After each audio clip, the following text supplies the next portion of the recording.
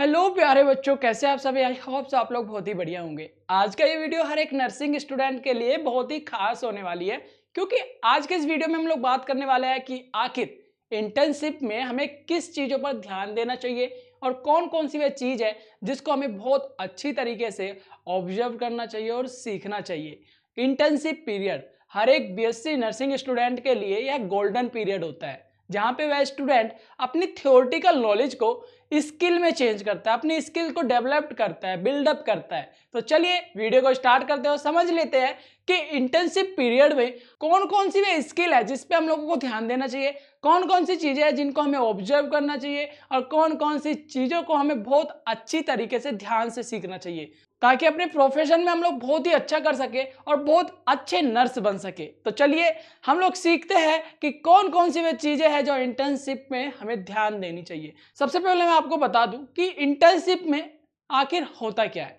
Internship हर एक BSc nursing करने वाले स्टूडेंट को 6 महीने का इंटर्नशिप करना बहुत ज़्यादा मैंडेटरी है। आपको 6 महीने का टाइम पीरियड दिया जाता है, जिसमें आपको प्रैक्टिकल वर्क सिखाया जाता है। किसी हॉस्पिटल में आपको छोड़ा जाता है, किसी डॉक्टर के अंडर आपको छोड़ा जाता है, जहां पे आप यह नर्स की सारी स्किल को सीखते हो। पेशेंट को किस तरीके से केयर करना चाहिए, पेशेंट को किस तरीके से हैंडल करना चाहिए, किस तरीके से डायग्नोस करना चाहिए और कौन कौन सी जरूरी चीजें हैं जो नर्स के प्रोफेशन में काम आती है, वह सारी स्किल, वह सारी नॉलेज हमें इंटर्नशिप पीरियड में दी जाती है। तो 6 महीने का इंटर्नशिप कंप्लीट होने के बाद ही एक बीएससी नर्सिंग कंप्लीट स्टूडेंट को डिग्री मिलती है और फिर उसका रजिस्ट्रेशन होता है। देन वो एक रजिस्टर्ड नर्स बन पाता है। तो चलिए आप लोगों को ये तो समझ में आ गया कि इंटर्नशिप आखिर होता क्या है और इसमें हम लोग करते क्या है ना। तो अब हमें ये ध्यान रखना है कि इंटर्नशिप पीरियड में हम लोगों को क्या क्या चीज सीखना चाहिए और कौन कौन सी चीजों पे ध्यान देना चाहिए। तो सबसे पहले मैं आपने बता दूं,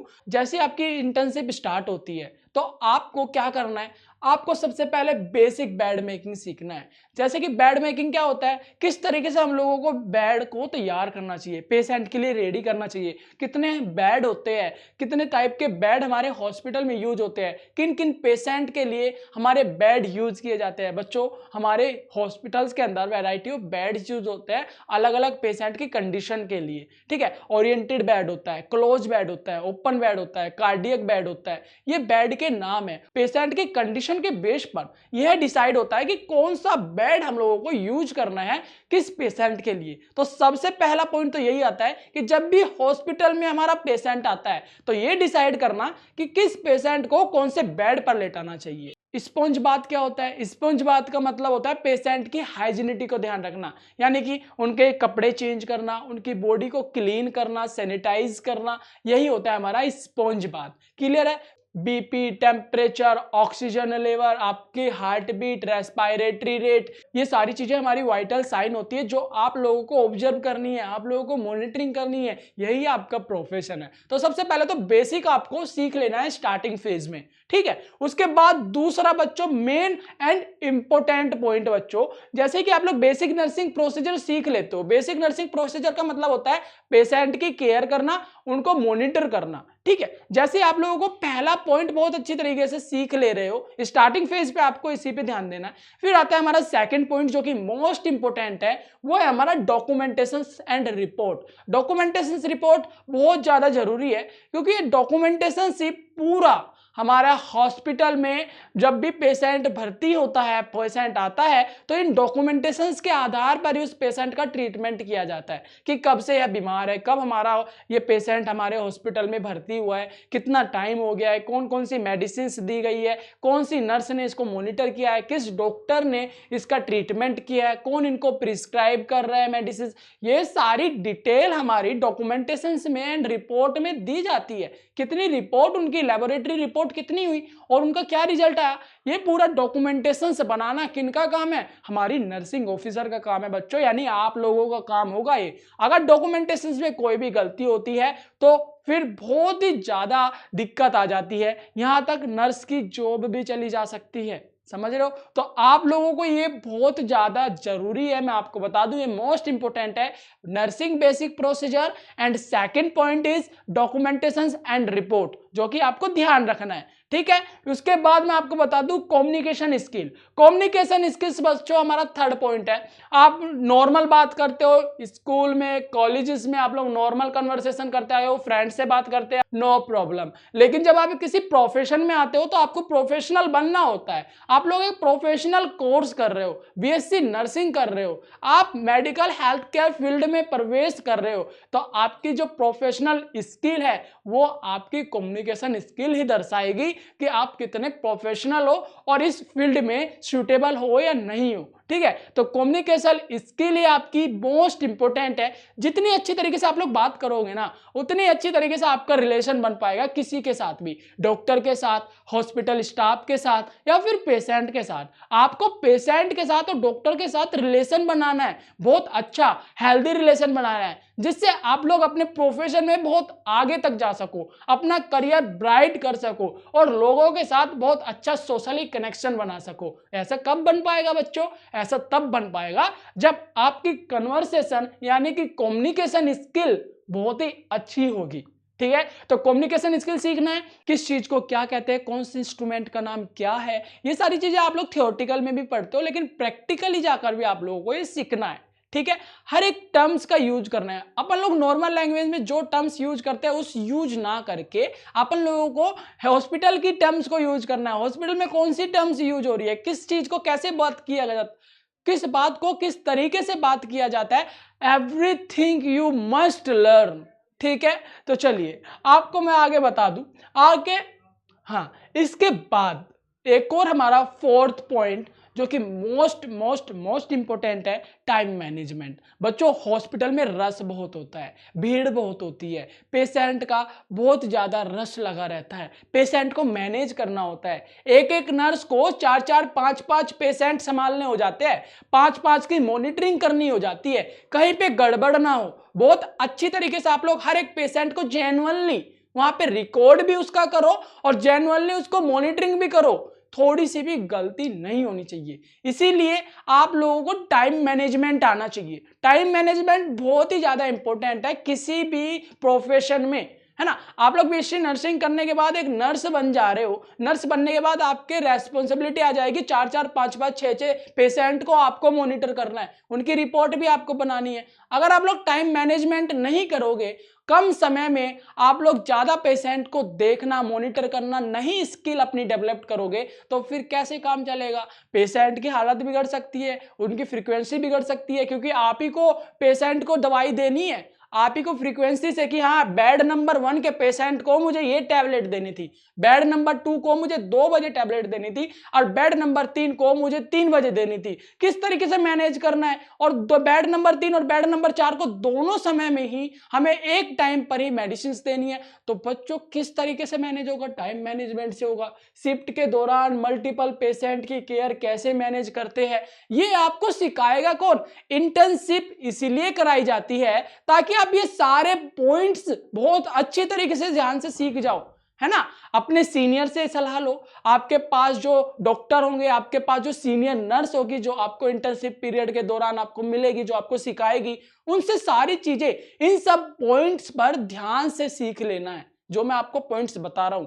ठीक है, और जब इन पॉइंट्स को आप लोग बहुत अच्छे तरीके से सीख जाओगे, एक बहुत ही बेस्ट एक्सपीरियंस नर्स बनकर निकलोगे और बहुत अच्छी जॉब आप लोगों को मिलेगी, आपका फ्यूचर ब्राइट होगा और बहुत सारी ब्लेसिंग आपको मिलने वाली है, क्योंकि ये प्रोफेशन ही हमारा ब्लेसिंग से भरा हुआ है ना। गुड। इसके बाद आता है हमारा फिफ्थ पॉइंट जो कि मोस्ट इंपॉर्टेंट है, इमरजेंसी केयर हैंडलिंग। ये बहुत ज्यादा जरूरी है क्योंकि नर्स को यहीं पर ही अपने आप को पूरा एक्टिव रखना पड़ता है, कॉन्शियस रहना पड़ता है, कब क्या करना है, इमरजेंसी केस को किस तरीके से हैंडल करना है, ये आप लोगों को बहुत ज्यादा जरूरी है सीखना। वैसे तो मैं जितने भी पॉइंट्स आप लोगों को बता रहा हूं, सारे ही पॉइंट्स हमारे बहुत ही ज्यादा जरूरी है एक नर्स के लिए, एक प्रॉपर रेस्पॉन्सिबल नर्स बनने के लिए सारे पॉइंट्स आपको आने चाहिए। लेकिन इमरजेंसी केस हमारा इतना रेयर केस होता है, यहां पे हमारे पेशेंट की जान भी जा सकती है, तो इसीलिए इमरजेंसी केस को किस तरीके से हैंडल करना है ये भी आप लोगों को सीखना है।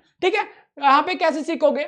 इंटर्नशिप के दौरान आपको सीपीआर आना चाहिए। इंटर्नशिप के दौरान आपको सीपीआर यानी कि जब भी पेशेंट की हार्ट रेट कम हो जाए उसको सीपीआर देकर आप लोग उसकी हार्ट रेट को बढ़ा सको, फिर से उसको पुनः जन्म दे सको। है ना, ये सारी चीजें पता है। ऑक्सीजन एडमिनिस्ट्रेट कोड ब्लू आना चाहिए, किस तरीके से जब बॉडी के अंदर ऑक्सीजन लेवल कम हो जाए किस तरीके से ऑक्सीजन देते हैं। तो ये सारी चीजें मेन पॉइंट जो हमारी इमरजेंसी के केस में ये सारी चीजें यूज होती है, ये सारी पेशेंट को दी जाती है। तो वो कैसे दी जाती है, एक्सपर्ट बनना है अपने को, है ना। तो ये एक्सपर्ट बनोगे कैसे, अपने सीनियर से कांटेक्ट करके, जो आपके मेंटोर होंगे इंटर्नशिप के दौरान, जो आपको मार्गदर्शन दे रहे होंगे, उनसे पूछना है ना। इंटर्नशिप के दौरान आपको स्किल डेवलप पे ध्यान देना है। और पता है बच्चे क्या करते हैं, इंटर्नशिप पे जाते हैं, आधे तो जाते ही नहीं है, ऐसे ही मजा करते हैं, कभी ये कर लिया कभी वो कर दिया, चीजें सीखनी है ही नहीं, इंजॉय में ले लेते हैं।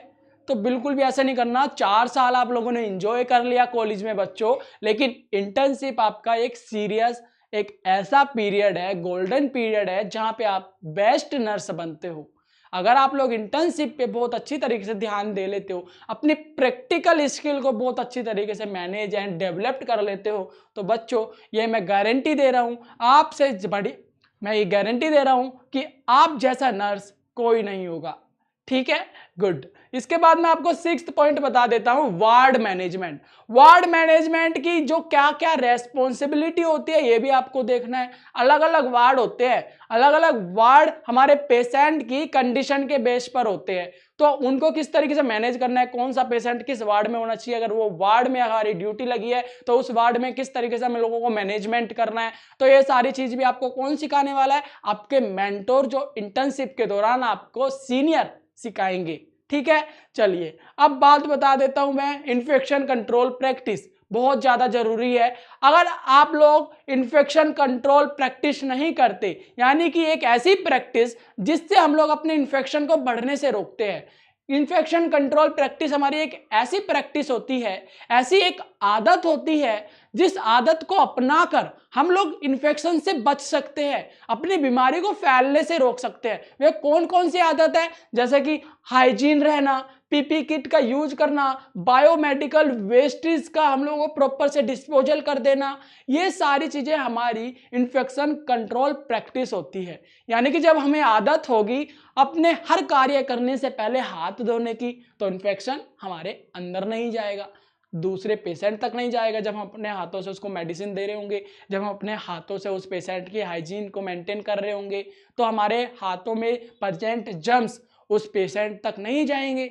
अगर नहीं जाएंगे तो हमारा पेशेंट इन्फेक्शन से बच जाएगा, है ना। इस तरीके से पीपी किट क्या होता है, पीपी किट जब भी हम लोग कोई पेशेंट के पास जा रहे होते हैं, किसी आईसीयू वार्ड में या कोई भी वार्ड में जा रहे होते हैं, या फिर ऑपरेशन थिएटर में जा रहे होते हैं, लेबोरेटरी में जा रहे होते हैं, तो हमें अपने आप को पैक करना होता है, ताकि हमारी बॉडी के ऊपर प्रेजेंट माइक्रोब्स बाहर वहां पे उस फील्ड में ना चले जाए, स्टेराइल फील्ड में ना चले जाए, है ना। तो इसीलिए हम लोगों को पीपी किट दी जाती है, यानी पर्सनल प्रोटेक्टिव इक्विपमेंट, जिसमें आते हैं हमारे ग्लव्स, मास्क, हमारे गॉगल्स एंड पूरा बॉडी का गाउन। ठीक है, हेयर कवर भी आता है, तो पूरी बॉडी उसमें पैक हो जाती है। तो हमारी बॉडी का इंटरनल पार्ट कोई भी बाहर नहीं दिखता है, पूरी बॉडी पैक हो जाएगी, तो हमारी बॉडी में प्रेजेंट जर्म्स बाहर नहीं आएंगे, उस फील्ड को कंटामिनेट नहीं करेंगे, है ना।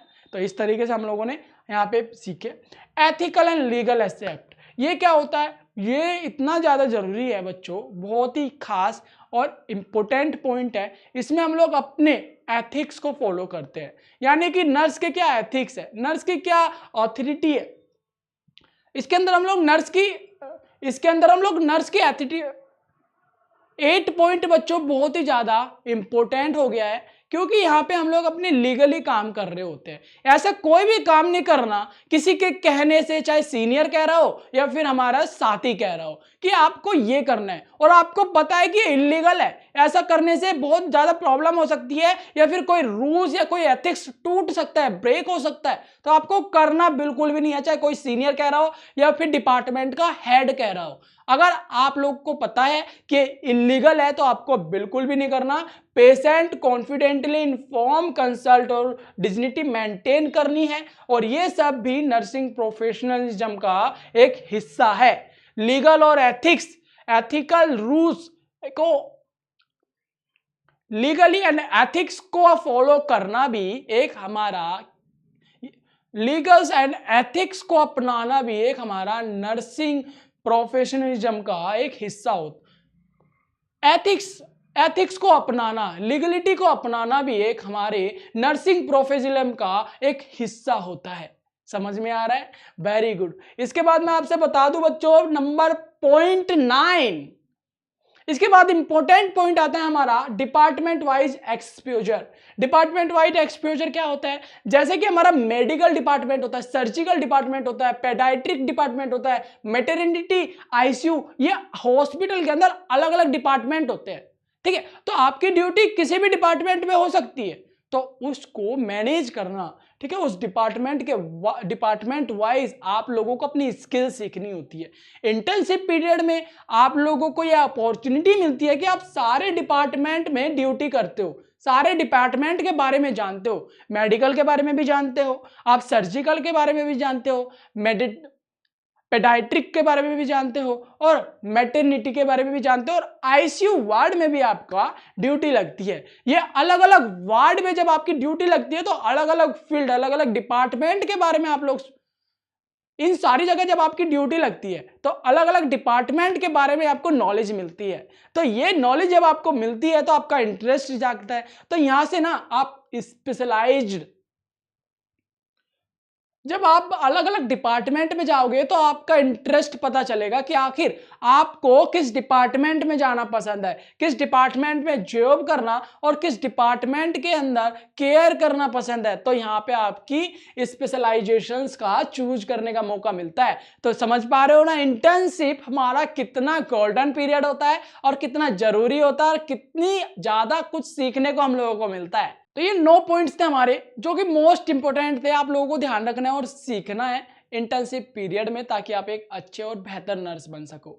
चलिए मैं थर्ड पॉइंट की बात कर लेता हूँ। इस पॉइंट्स में मैं आपको कुछ टिप्स देने वाला हूँ। जितने भी बच्चे हमारे इंटर्न्स हैं, जितने भी हमारे इंटर्नशिप करने वाले हैं या फिर कर रहे हैं, उनके लिए मेरी तरफ से एक गोल्डन टिप्स है। ये टिप्स हमारी कुछ इस प्रकार है बच्चों। सबसे पहले आपको एक एक्टिव लिसनर बनना है। एक्टिव लिसनर का मतलब होता है जब भी कोई सीनियर आपको कुछ समझा रहा होगा, जब भी कुछ बता रहा होगा, उस टाइम पे आपको एक्टिव लिसनर बनना है। बहुत ध्यान से उन सीनियर की बात सुननी है, वो कह क्या रहे हैं। अगर कुछ समझना है तो आपने पूछना है, यानी कि आपको एक्टिव रहना है। जो भी चीज वो सिखा रहे हैं वो आपको सीखनी है।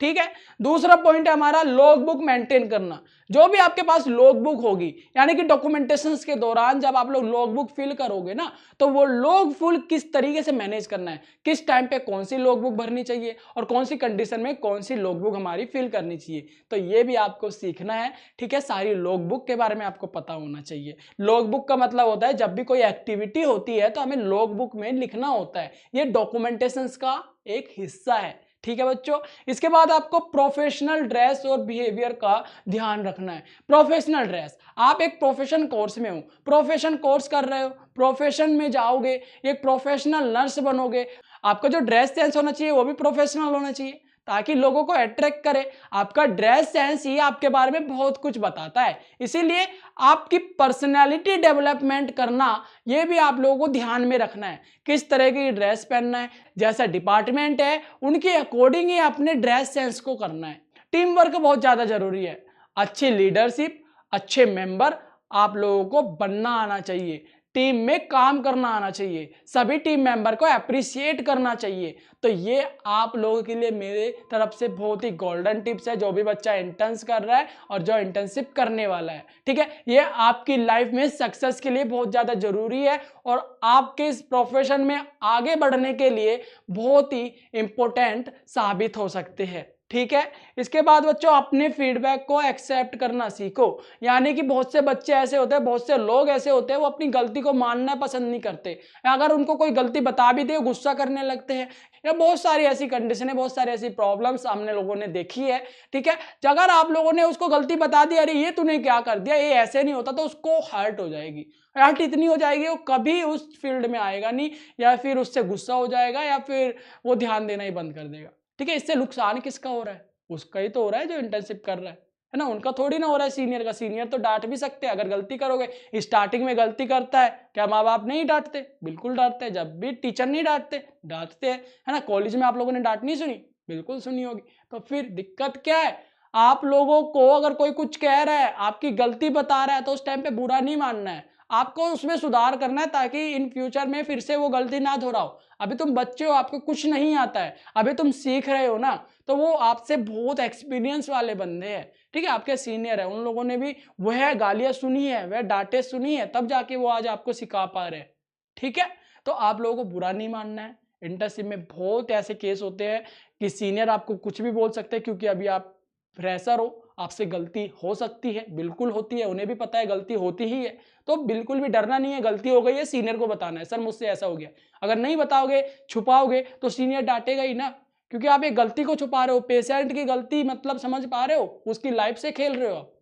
तो आपको बिल्कुल भी हेल्थ केयर फील्ड में ऐसा नहीं करना है, गलती नहीं छुपानी है। कितनी बड़ी गलती हो जाए, सीनियर को बताना है, सॉल्यूशन 100% आपको वो जरूर देंगे, ठीक है। इंटर्नशिप हमारी ऐसी गोल्डन अपॉर्चुनिटी है जहां पे आप रियल नर्स बन जाते हो, एक बेहतरीन नर्स बन जाते हो, और बेहतर नर्स बनने का मौका मिलता है अगर आप लोग ये सारी टिप्स का ध्यान दो, सीनियर से पूछो। कभी कभी पता है क्या होता है, कभी कभी ऐसा होता है कि सीनियर खुद से नहीं बताते। पता है क्यों नहीं बताते? उन्हें पता होता है, उनका एक्सपीरियंस होता है। कभी इंटर्न्स करने वाले बच्चे इंटरेस्ट ही नहीं दिखाते, वो पूछते ही नहीं है, तो वो क्यों फालतू में अपना माथामाजी करेगा आप लोगों के साथ, क्यों सर दर्द करेगा, उसको कौन सा एक्स्ट्रा पैसे मिल रहे हैं, है ना। तो इसीलिए नहीं बताते। लेकिन जो बच्चा इंटरेस्ट दिखाता है उनको बताने में भी अच्छा लगता है। आप लोग बार बार एक बार उनसे पूछो, तो उनको परेशान तो करो, सर मुझे ये सीखना है, प्लीज सिखा दीजिए। आपकी कन्वर्सेशन स्किल इतनी प्यारी होनी चाहिए कि वो मना ही ना कर पाए, है ना। बहुत प्यार से बोलना चाहिए, सर मेरे को ये सीखना है तो प्लीज सिखा दीजिए, ये मेरे को जानना है, सर इसको क्या कहते हैं। इस तरीके से आपने उनको परेशान करना है, उनको भी अच्छा लगेगा, बिलीव मी, उनको बहुत अच्छा लगेगा ऐसा अगर आप लोग पूछोगे। वो भी इसलिए नहीं बताते, वो थक चुके होते हैं, कितना एक्सपीरियंस हो चुका है, कितने आप जैसे लोग वहां पे आते हैं इंटर्नशिप करने के लिए, और वो ध्यान ही नहीं देते, मजाक करते हैं, इधर उधर घूमते फिरते हैं, और पेशेंट पे ध्यान ही नहीं रखते, ठीक है। अनरेस्पॉन्सिबल तरीके से वो लोग काम करते हैं, तो क्यों वो सिखाएंगे भाई, है ना। इसीलिए तो आप लोगों को बिल्कुल भी वैसा नहीं करना है। रियल नर्स बनने के लिए, अच्छा बेहतर नर्स बनने के लिए आप लोगों को बेहतरीन काम करना पड़ेगा, ठीक है, फुल्ली एक्टिव करना पड़ेगा, और जितने भी मैंने आपको पॉइंट्स बताया इन पॉइंट्स को ध्यान रखना पड़ेगा। तो ऐसे ही प्यारी प्यारी वीडियोस के लिए आप सब्सक्राइब कीजिए, ताकि इन फ्यूचर में आने वाली बहुत ही इंपॉर्टेंट वीडियोज आप मिस ना कर सको। मैं मिलूंगा ऐसे ही एक और इंटरेस्टिंग और प्यारी और इंफॉर्मेटिव वीडियो के साथ, तब तक के लिए बाय।